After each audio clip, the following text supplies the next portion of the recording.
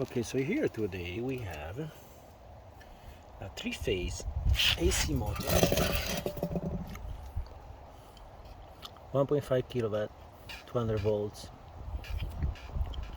and we're gonna check the continuity and the insulation resistance, because this motor is tripping the brake, so that's why they brought bad. Okay, let me show you how to do it. First of all, we have to remove any of these plates. Those are for working with the delta connection. You know, you can connect delta star, but when you have to measure the windings, you have to remove completely, because you don't want to have any phase connected to the other one. You see, usually it's written here, it's very little, but you can see U, V, W. So W and W are those two, V1 and V2, U1 and V2. So that's how you have to measure.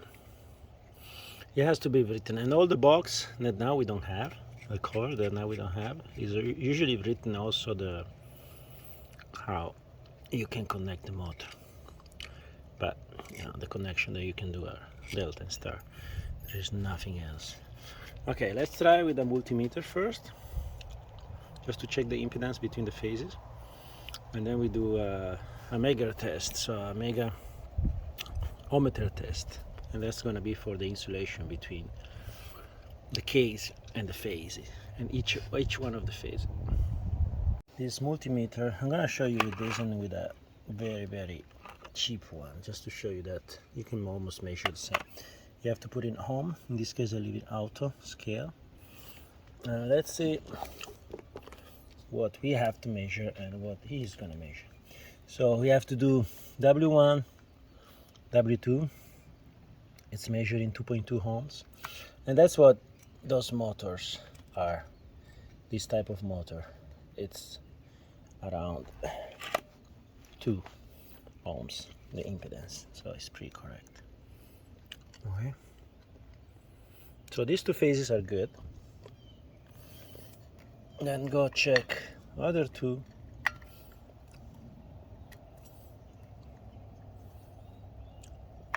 V1, V2, and here I measure 249 ohms. So you see here, that's the reason why probably it's tripping. It's a very high impedance, very strange. So it means something is not working between in that coil. Let's see the other one, U1, U2 is even more, 1.2 kilo ohm. Okay, so that's telling you that something is wrong. Okay, got another multimeter here. You see that's a result. It's very much the same, but now I'm not touching well.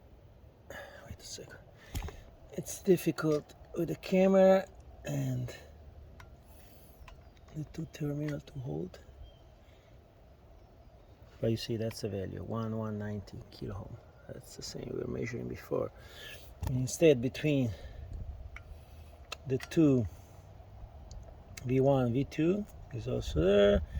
W1 and W2 we measure 2.9 ohms. You see, it's less precise, but it always gives you the idea that something's wrong with this motor. Let's check how to perform the insulation test, and we see if something, we can check also if something is wrong with that. Obviously this motor we already checked the bearings. I actually replaced it. You know, you just open the front and back, you take the fan, you take the cover here, there are screws here. You know, you can remove everything, you remove the bearing, you replace. So bearing wise, I mean mechanical wise, it's not jammed. There is only an electric problem in this one. To do this test, we have this beautiful Aneng. That's the most famous company making measuring instruments in China. It's pretty good and pretty accurate, and it doesn't cost a lot of money also. So you better put your crocodile to your terminals, because you're gonna have to send, I will show you here, a lot of amps inside, and actually you measure by voltage. You see from here, in this case we select how many volts you want to throw inside. We're going to do 500 volts test. The more volts you throw, the more accurate it is. And when you press start test, you're going to read the impedance that you measure. So we're going to measure the impedance from 1 to one phase to the cage. Okay, so in this case it's going to be to the case. It's going to be right there. You can connect it to any place that you're making sure that's a good connection. Maybe you just measure before, with your multimeter to make sure that there is a good connection between here and the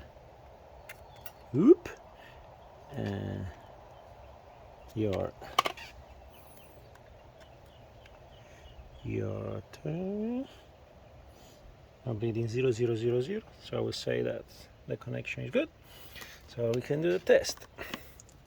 Okay, right now it's telling you how much is the impedance that it measures, and you don't want to see anything less than 1 mega ohm. Usually when it goes really low, it goes even to 0. Here is going to be all 0. In this case we read 69.6, so it's pretty good. We're going to perform the test on each phase, because there could be the problem, even one phase is shorter to the ground. It's bad. Let's do this one. You see, this one is giving you 0. It's also making a noise, like a sound when you have a continuity. That's really bad. That's telling you that something is bad. And actually it's from, where you measure the high impedance, we are having a short to the ground. The last one, we're gonna do the U. I expect bad also on this one, and actually that's what it is, because that's the other one I was not measuring correctly. So the only one that's doing good is the one where we were measuring the 2 ohm impedance. So that's telling you it's a proof that this motor is bad and needs to be rewinded.